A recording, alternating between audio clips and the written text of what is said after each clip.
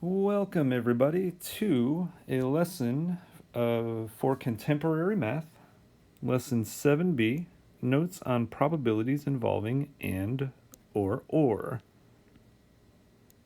These two words right up here, and or. Now in previous videos I've already mentioned a few times we've seen this word or, and or just means add.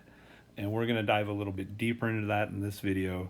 And as we're going to start off with right here, if A and B are two events, the probability of A and B is just the multiplication of the probabilities of each individual event. And this is important. Unless it's otherwise stated, we assume that event A has already occurred when calculating event B. So we will go through and figure out event A first, then event B. The order matters, and then we will multiply from there.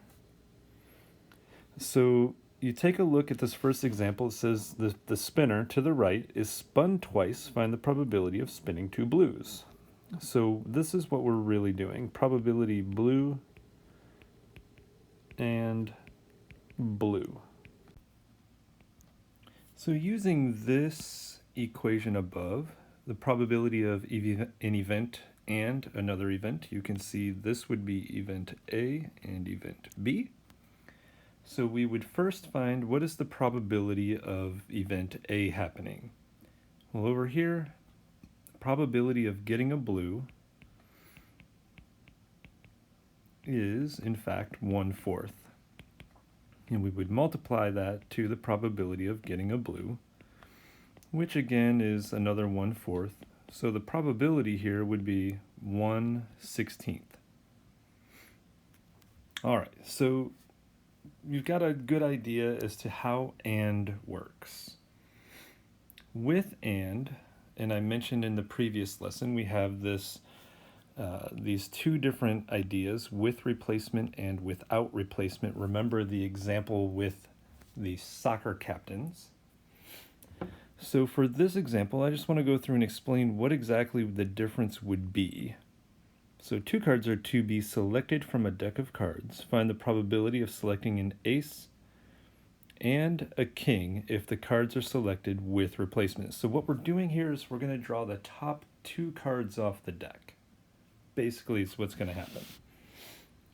So what we will do here is we will first consider the ace to be probability, the event A, and a king, drawing a king, to be event B.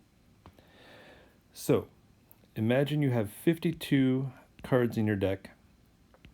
You draw one. The probability of it being an ace is 4 out of 52 cards. If we use replacement, that means we will place the ace back into the deck. We will replace the card we just drew, put it back in, give it a nice little shuffle. So we have 52 cards in our deck again, and we draw another card.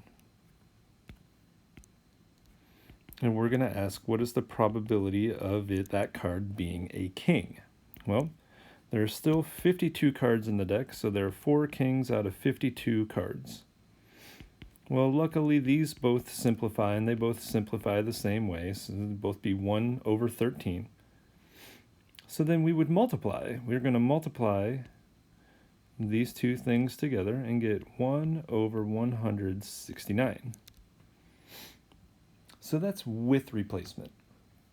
Without replacement, we do something very similar. We have 52 cards, we draw one, and we want to know what the probability of an ace is. Still, guess what? No surprise. 4 out of 52, which is in fact still 1/13. 1/13. Except now, without replacement means we do not replace that card back in the deck. We take that ace, we put it off to the side, and now we only have 51 cards in our deck. And that is the difference between with replacement and without replacement. Without replacement changes our denominator. So here the probability of, oh, that's another R. The probability of drawing a king is still, there are 4 kings left in the deck, but now we're picking out of 51 cards. That particular fraction will not simplify. We will then multiply these two together to get 4 over 663. You do this by multiplying the numerators together and you'll get 4. And you'll multiply the denominators together and get 663. That's exactly what I did up here. Multiply the numerators, 1 times 1 is 1. Multiply the denominators, 13 times 13 is 169.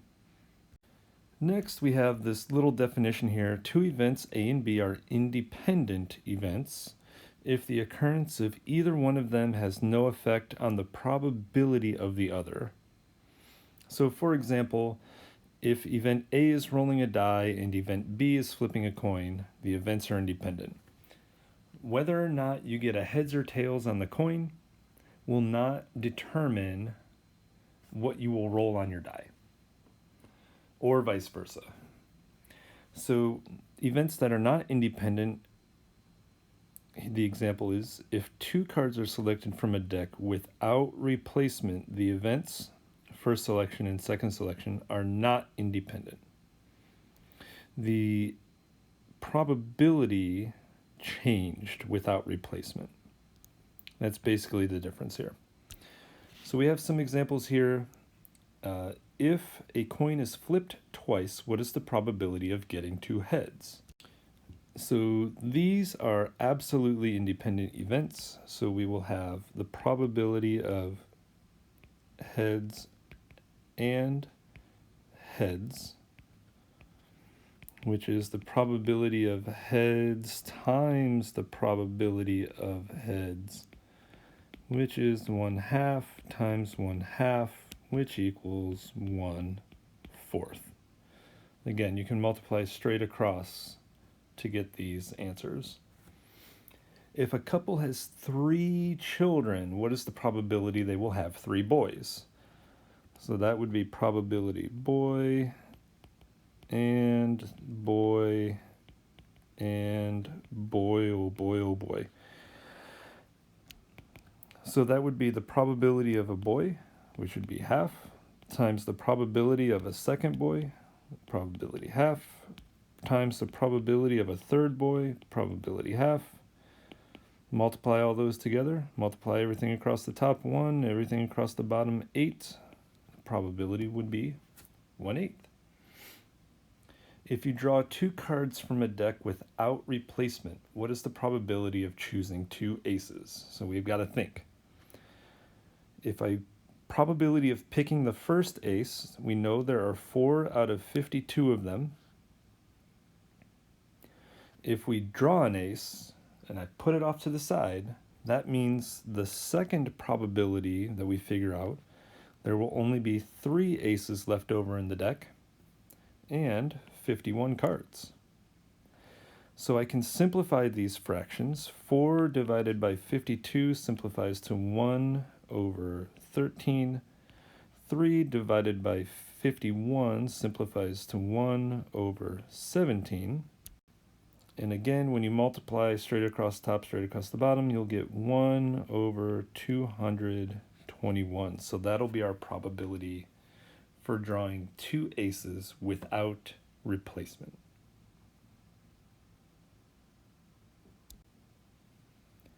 Next up on our list, we have OR probabilities. Now, ORs are a little bit different in this video than in previous videos, and that is because events have a chance of overlapping. Remember back to our Venn diagrams. So there's A, there's B. So to find the probability of A or B, I'm going to find the probability of A, which is everything in the A bubble. I'm going to find the probability of B, which is everything in the B bubble. It's this. But you'll notice that there's some overlap right here. The overlap, that's where people or items or objects that belong in A and B at the same time, A and B, they get counted twice. Once in bubble A with the blue ink, once in bubble B with the red ink. So in here, I would say these got counted twice. You can kind of see this little area right here gets counted twice. And that's not fair. We can't, think if you were having a vote and some people got to vote twice because they fit into two different categories, that wouldn't be fair. So we have to go through and take away one of the overlaps. And that's how it's going to work for us from now on. So when we look at this first example here, we want the probability of getting, if a die is rolled, you want to know what is the probability of getting an even number or a number that is greater than 4.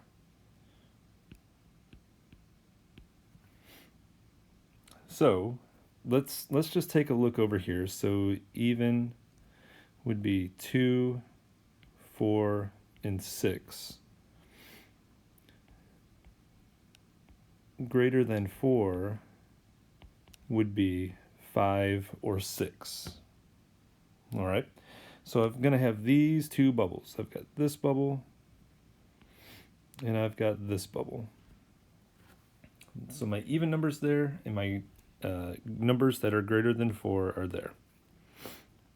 So this means I've got to find the probability that I get even, add to it the probability a number is greater than 4, and subtract the probability that it's even and greater than 4.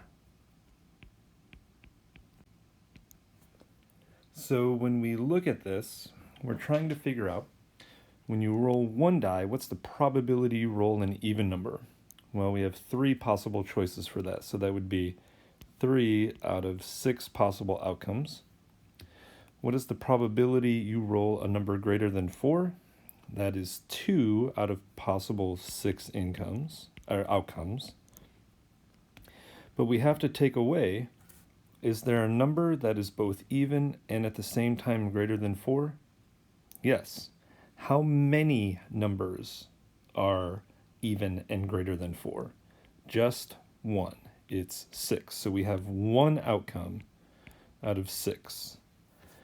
So with fractions, again, as long as we have the same denominator, we can just add and subtract the numerators. So 3 plus 2 is 5. 5 minus 1 is 4 out of 6, which reduces to 2 out of 3. All right. So next example. If one card is selected from a deck of cards, what is the probability that a heart or an ace will be chosen? So we're finding the probability of a heart or ace. So let's see, what's the probability you draw a heart? Well, there are 13 cards in each suit out of 52. We will add to that, what is the probability that you draw an ace? Well, there are 4 aces in each deck out of 52. And we have to subtract then the probability of a card being a heart and an ace. Well, lucky for us, there exists such a card. It is the Ace of Hearts. But there's only one of them in every deck.